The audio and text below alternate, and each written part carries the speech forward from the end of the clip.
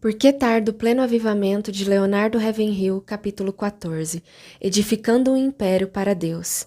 Se naquele dia, na estrada de Damasco, Saulo tivesse encontrado um pregador e tivesse ouvido um sermão, ninguém nunca mais teria escutado falar dele, mas ele se encontrou com Cristo.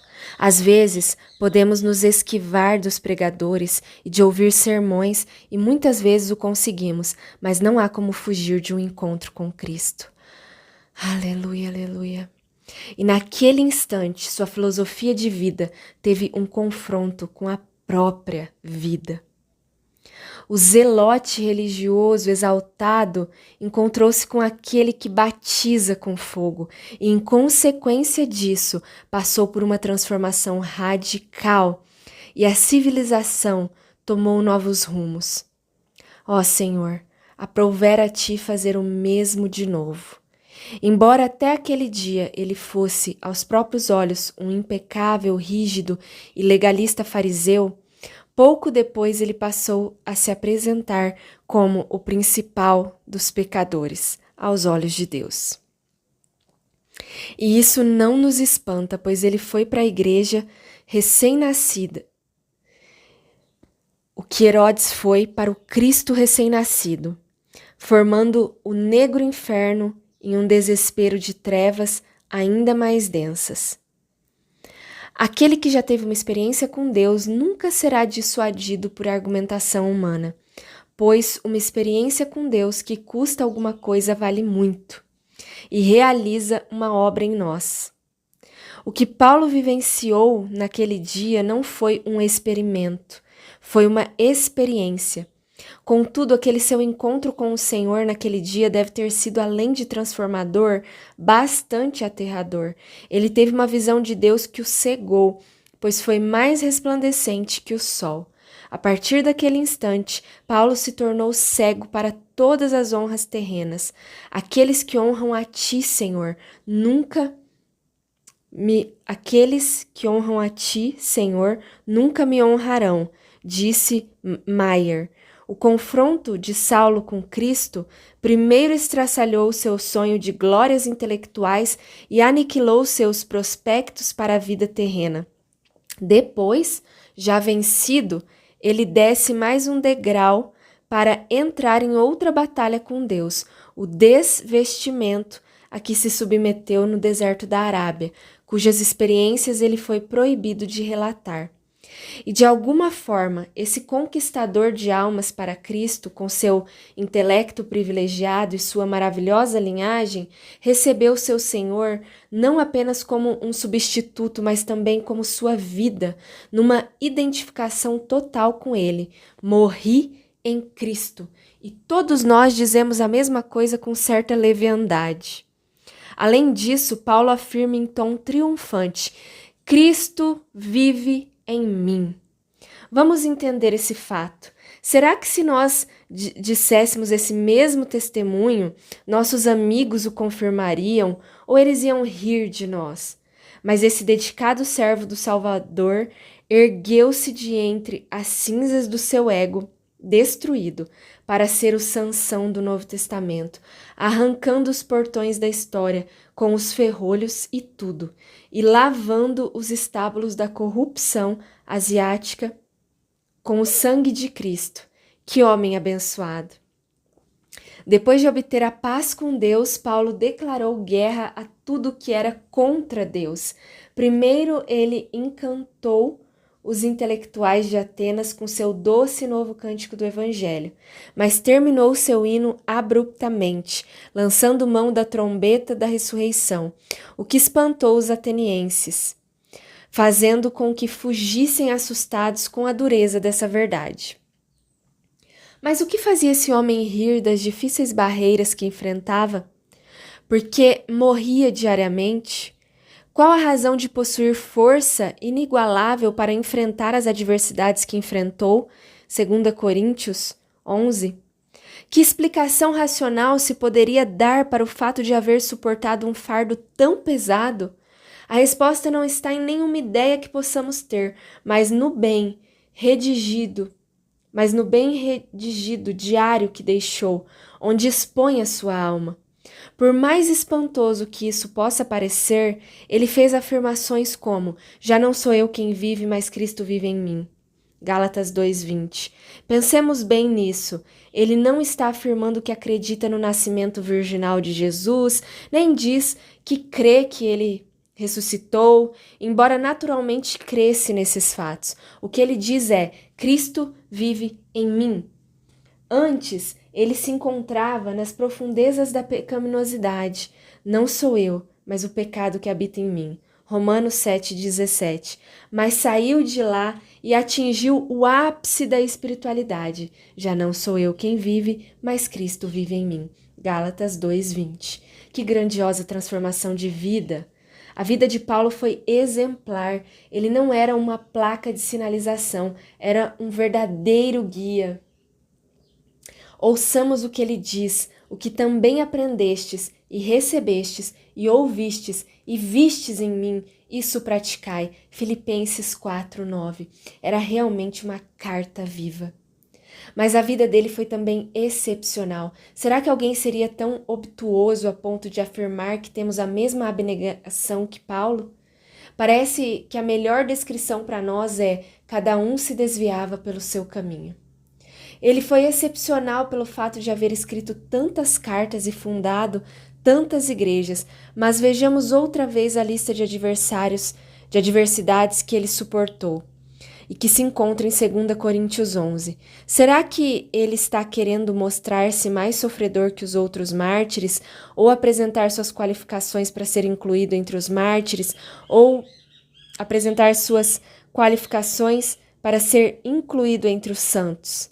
Nada disso. Para ele, a posição, a linhagem e os privilégios são como refúgio para ganhar a Cristo. E ele o ganhou por sua obediência constante. Ele se mostrou excepcional em meio ao sofrimento, que lhe era imposto por outros, mas também foi excepcional na oração, que praticava por decisão pessoal.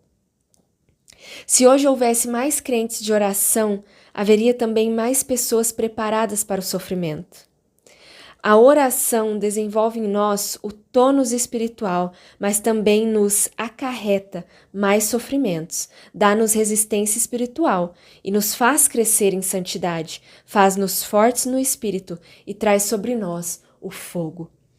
Paulo invoca o testemunho do Espírito Santo para atestar sua declaração de que ele preferia ser anátema para que seus irmãos fossem salvos. Romanos 9:3. Madame Guignon fez uma oração quase idêntica. David Brainerd e John Knox também foram homens de sentimentos semelhantes. Quando foi, irmãos, ou onde foi que já ouvimos uma oração assim? Nossas orações são muito mesquinhas e por isso não obtemos grandes resultados. O princípio que rege a oração é o mesmo da colheita. Se semearmos pouco, colheremos pouco, mas se semearmos com abundância, colheremos abundantemente. O problema é que estamos querendo colher muito, sem ter aplicado muito. A vida de Paulo também estava em expansão. Infelizmente, muitos de nós estamos satisfeitos em colher apenas os restos do ministério de outros. Mas o apóstolo Paulo não edificou sobre o fundamento de ninguém.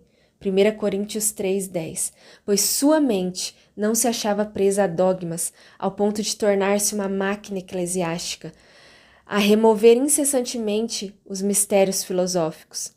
Não passava horas e horas a especular sobre a personalidade de Daniel, tampouco foi refugiar-se num laboratório para dissecar verdades espirituais ou rotular cápsulas teológicas, nem também se colocava a congratular-se consigo mesmo por sua capacidade de burilar termos que iriam ser empregados em futuros credos cristãos. E a razão disso é clara como o sol ao meio-dia. Paulo não escreveu nenhuma obra sobre a vida de Cristo. Ele demonstrou na prática: sou devedor. Romanos 1,14. E até onde era humanamente possível, ele empenhou sua honra no esforço de saldar esse débito. E o preço poderia ser a prisão. pois ele preferia ser prisioneiro do Senhor por alguns anos do que ver seus irmãos prisioneiros do inferno para sempre. Ele fez uma consagração total a custo da própria vida. Quanto ao mais, ninguém me moleste. Gálatas 6,17. Havia se consagrado totalmente a Deus. Cada batida do seu coração, cada pensamento que lhe passava pela mente, cada passo que dava, enfim, todo o anseio de sua alma eram dedicados a Cristo e à salvação dos homens. Ele movimentava as sinagogas, promovia avivamentos ou tumultos, ou um ou outro, e às vezes os dois. E hoje não vemos mais nenhuma das duas coisas. Embora seus companheiros de avivamento o tivessem deixado, todos me abandonaram, 2 Timóteo 4,16, ele se apoiou nos braços eternos e prosseguiu. Escapou de um atentado contra sua vida, mas juntamente com seu pão de cada dia, ele vivia a morte diária, pois afirmou, dia após dia morro. 1 Coríntios 15:31. Bendito o sofrimento dele. Ele produzia o fruto do Espírito. Os dons do Espírito operavam nele. Realizava campanhas evangelísticas pelas cidades e, ao mesmo tempo, trabalhava consertando tendas para prover o seu sustento. Meus irmãos pregadores, comparados com ele, nós não parecemos tão sem valor. Houve ocasiões em que ele quase morreu de fome, e, no entanto, quando a mesa estava posta, ele jejuava. Desejava que todos os homens fossem abençoados, mas era capaz de desejar que ele mesmo se tornasse anátema. Com um viver tão incomum, uma doutrina tão revolucionária, esse crente cheio do Espírito, esse que era um espetáculo ao mundo, constitui o equivalente cristão do fanático político do comunismo ateu. Os crentes que se deixam consumir pelo fogo do Espírito são o equivalente humano do átomo fissionado que libera forças cósmicas. E esse Paulo transformado, extasiado e que em breve seria arrebatado, afirma que todos nós podemos ser iguais a ele. Vejamos o que ele diz quando estava presente o rei Agripa. Assim Deus permitisse que por pouco ou por muito, não apenas tu, ó rei, porém todos os que hoje me ouvem, se tornassem tais qual eu sou, exceto essas cadeias. Ele não diz que gostaria que todos escrevessem como ele escreveu, nem que todos fundassem igrejas como ele fundou, nem diz que gostaria que todos agissem como ele agiu, mas que fossem tais como também eu sou. 1 Coríntios 7:7. E o mesmo Espírito que havia em Paulo pode estar em nós, para que nós, como ele, possamos identificar-nos com Cristo em sacrifício, ainda que não em serviço. E aonde isso iria levar-nos, meu irmão? Bem, eu não sei, nem anjos, nem homens o sabem, mas sei onde isso começa, com uma vida transformada. Não a vida que nós mesmos vivemos, mas aquela que Cristo vive em nós. Paulo viveu de forma gloriosa e morreu em triunfo, porque se identificou com Cristo no sacrifício e no sofrimento. E nós também podemos viver e morrer dessa forma, basta que o queiramos. Citações. A única fé que salva é a daquele que se atira em Deus para viver ou morrer. Martinho Lutero. Todas as vezes em que a Igreja de Cristo experimentou uma onda de avivamento e foi por ela conduzida de volta à realidade, a uma consagração pessoal, milhares e milhares de pessoas redescobriram o apóstolo Paulo e se entusiasmaram de novo com a música de sua mensagem. Dr. Stewart. Corações que não choram nunca poderão ser arautos da paixão de Cristo. Dr. Jowett. Ah, quem me dera um coração sensível, dominado pelo desejo de orar, Ah, quem me dera um espírito despertado, diariamente cheio do poder divino, quem me dera um coração como o do Salvador, que mesmo agonizando intercedeu. Dá-me, Senhor, esse mesmo amor pelos outros. Ah, que haja peso de oração em meu coração. Pai, eu anseio ter esse fervor de derramar a alma em oração pelos perdidos, de entregar a minha vida para que outros sejam salvos, orar, seja qual for o preço. Senhor, ensina-me, revela-me esse segredo. Estou ansioso para aprender essa lição, para ter essa grande paixão pelas almas. Anseio por isso, bendito Jesus. Pai, tenho um forte desejo de aprender contigo essa lição. Que teu Espírito a revele a mim. Mary Booth.